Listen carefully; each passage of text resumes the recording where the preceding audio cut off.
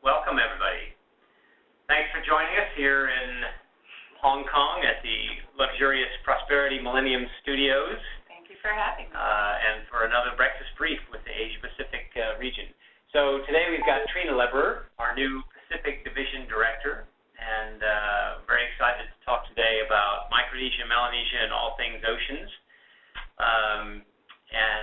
One of the ways I think the best way to kind of go about this is to give you a chance to do about 10 minutes or so of a presentation about what's going on in the Pacific Ocean, what your big priorities are, how you're thinking about the next couple of years, and then we'll do kind of a question and answer.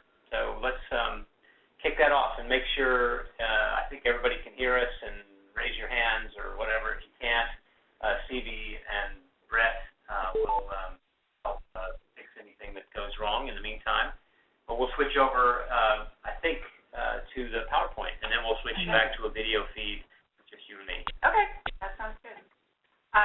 So I'm going to talk about the Pacific Islands Division, the division that I just assumed leadership on September 4th. Stevie, bam.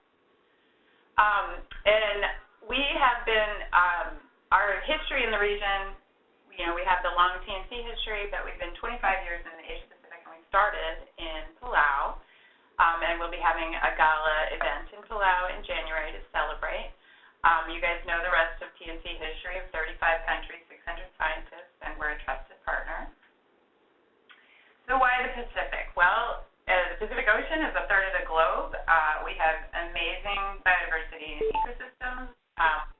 Part of our geography touches down in the Coral Triangle, which is the center of highest biodiversity for coral reefs. We have more than 1,000 species of fish. Fisheries is a critical component for the planet. We provide 60% of the tuna catch.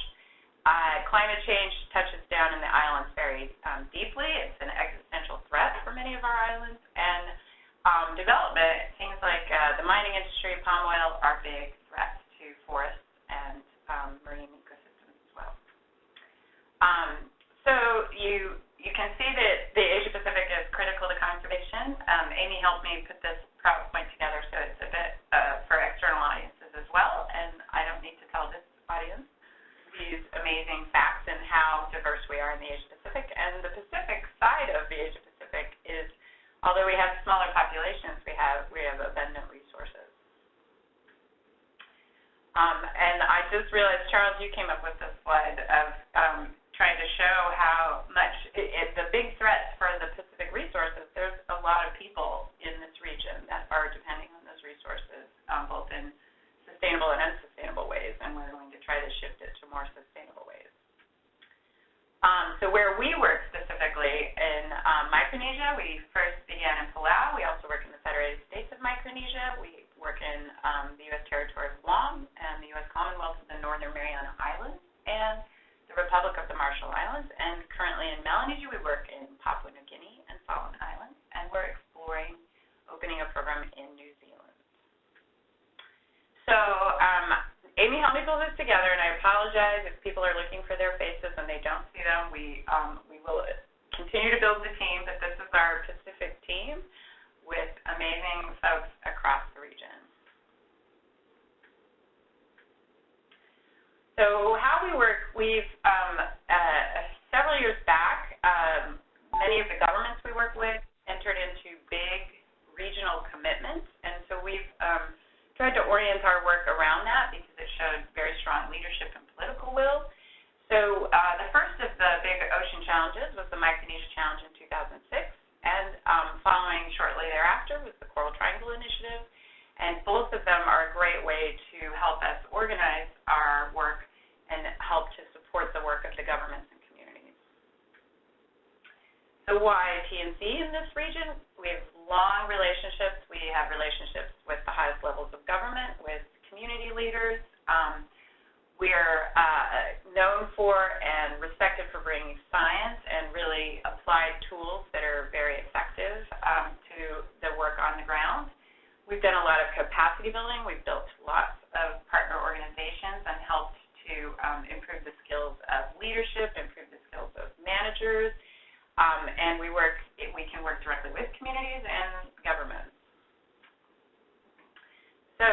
doing. We are trying to protect the coral reefs and tropical forests at an unprecedented scale. We're trying to transform policy and practice for things like climate change adaptation, fisheries reform, extractive industries, and we're really trying to inspire global action through a growing network of Pacific champions. So a little bit more about our strategy. We're helping our partners manage their resources sustainably, and this has been our long-standing work in both ridge to reef planning, protected areas networks planning, where we were helped with creating the shark sanctuary across Micronesia, and we also bring a lot of experience and expertise in sustainable financing and looking at innovative ways to finance conservation on the ground. We also are helping our partners protect their cultures and livelihoods, and in the face of climate change, we're helping them to enhance their resilience through adaptation actions. We're, again, bring science to bear for we're starting to, the Conservancy is starting to catch up to what the Pacific has always recognized, is that people are a key component of our work. And we've done some innovative work with ecosystem services. We have our first ever water fund in Puente about to be established. And we've been working with the mothers' unions in Solomon Islands and Papua New Guinea to really help empower women and empower communities through that. For transformation, we're trying to transform fisheries, both coastal fisheries. We've got a very successful pilot project in Palau for coastal fisheries. And we're also working with California and the Global Marine Team to implement a Indo-Pacific tuna program. We just hosted a very successful mining forum in the Solomon Islands. Mining is becoming a bigger industry in the region. It has been a long-standing industry in Papua New Guinea and is starting to expand in Solomon Islands, and we want to help communities become empowered to make solid decisions. We've also worked with, in tourism sector, helped to launch the Green Fee in Palau, and the land use planning fits into our ridge to reef planning as well. And in terms of this is probably one of our most important strategies, is to continue to build the capacity of our partners on the ground, all the way from the managers to leaders, and really help to show that the nature-based solutions are really tied to their economic opportunities. We work really well with the governments. We're a trusted partner. We actually have many folks on the country delegations going to the COP in Paris very soon, including members of TNC's global teams. And we've brought some interesting innovations. That we started closed the first conservation easement in Micronesia in Kusrai, and that was a big team effort from the whole Conservancy. So our path forward, it's a clunky vision, I know, but it's really we're trying very hard to align with the broader Conservancy, but we definitely want Pacific Islanders to be making informed and inclusive decisions that secure their livelihoods and their exceptional biological and cultural diversity. And we do, as I said, we're trying to align with the Global Marine Team, so we want it to serve as a model for blue growth by design for the global community.